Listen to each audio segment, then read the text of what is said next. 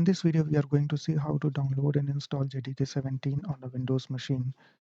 Because JDK17 is the current LTS, so that's what we are going to download and install. Just Google JDK17 download and go to this link from Oracle.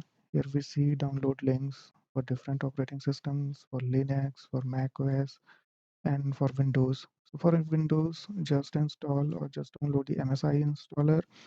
And once you have the downloaded file on your system, open it, run it, and follow the usual installation process of Windows.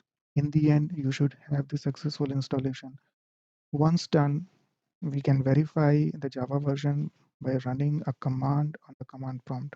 So I'll just open my CMD, and if I run java-version, by the way, you can run the same command on any operating system, so it will work for Linux and Mac as well. If we run the same command, we see that on my system I have JDK17, so it was successfully installed. So that's how you download and verify your Java installation. You're good to go.